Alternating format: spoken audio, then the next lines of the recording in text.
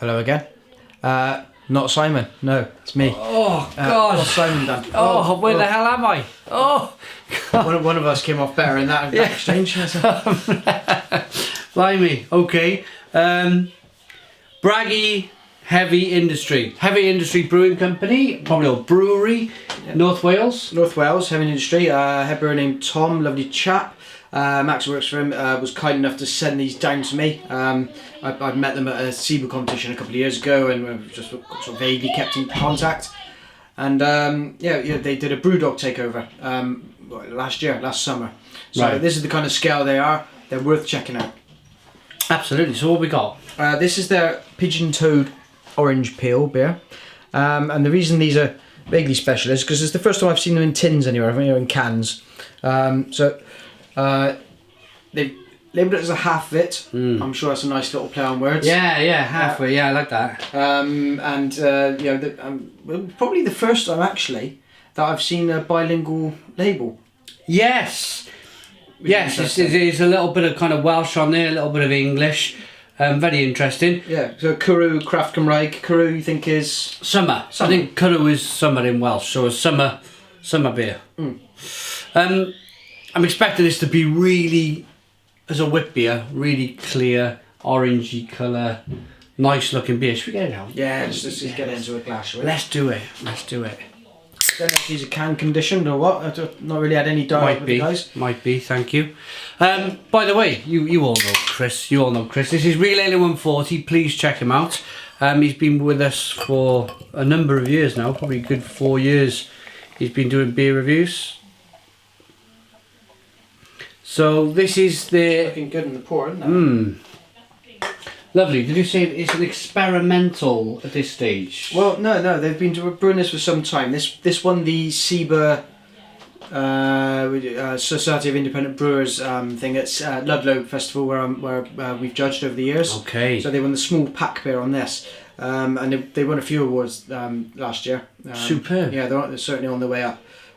Unfiltered and unfined, so this contains wheat and live yeast. Yeah, you can see it there. Yeah, you can see it's it. kicking around. Can condition beer. Yeah.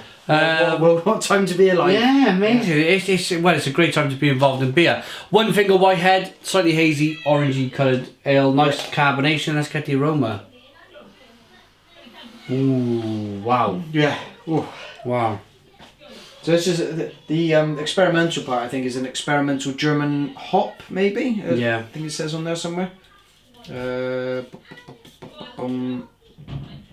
Yeah, experimental German hop, which is the Mandarina Bavaria. It really does. It is. It's like an orange. Yeah. It's like a juicy, Christmassy kind of. Yeah. Yeah. Almost into. Really hoppy. Yeah. You do get that aspect of a wit beer, that slightly German yeasty aroma in there, like slightly banana-y. Yeah, clovey and. Yeah. It's gonna be good. Sweet as well, nice and sweet. Yeah, almost like a. Yeah, they said. I think it says pineapple on the tasting notes, and actually, Yeah. it's that extra sweetness. It's just like an extra layer sat on top of it. This is a cracking hop. Yeah, it's a type of beer I can stand and smell all day. Yeah, we shouldn't. Yeah, just Maybe for a very boring video. Cheers.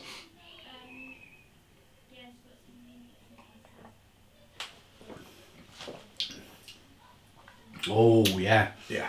juicy. Oh. Banging. It's a hop that start to finish. It's hoppy and it's hoppy. Some people talk beginning, middle, and end with hops, don't they? And they talk about the hops coming through on the back end. This is beginning. It's all the way through. You get that big sweetness up front. I think you get that pineapple smacking the chops. Yeah, and yeah. Then actually, when oranges, Seville oranges and stuff, you kind of get that bitterness of the back. It's almost like the flip of that sweet palate bit. It just kicks through. Yeah. And that's the draw right at the end, I think. It's nice. It's slightly, in a good way as well. It's dry and chalky. Yeah, absolutely. Yeah. And that just makes you want to dive in and have another sip as well, with a nice level of carbonation. I kind of pinched that from Chris's videos when he talks about how the carbonation moves around in the inside of the mouth there. Yeah, it's nicely balanced because it's not like forced. It's not being sort of over pumped full of yeast so that it's going bonkers in the can.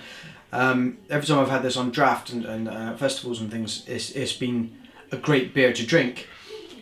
I've never had it yet on a warm day, but if somebody gave you this on a warm day, just after you finish mowing the lawn or at a festival or whatever, in Ludlow, sitting on top of the castle there with the sun, it'd be amazing. Disappear in seconds. Yeah, and it's a danger beer. That's what we're trying to say. Is that on a really nice summer's day, barbecuing around Chris's house, a couple of these. We'd be all over the floor, banging our heads. And it's 5.2%, so not to be sniffed at, and there isn't the slightest hints that this might be dangerous, other than the fact that you will want to drink it quickly. I think that's one of the key bits. Yeah, heavy industry, new brewery for me. As Chris said, they've been going now a few years.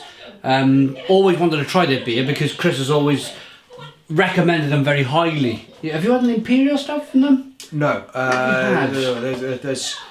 There's a few hoppy ones. There's 77 or something like that. I've got a couple of other cans kicking around.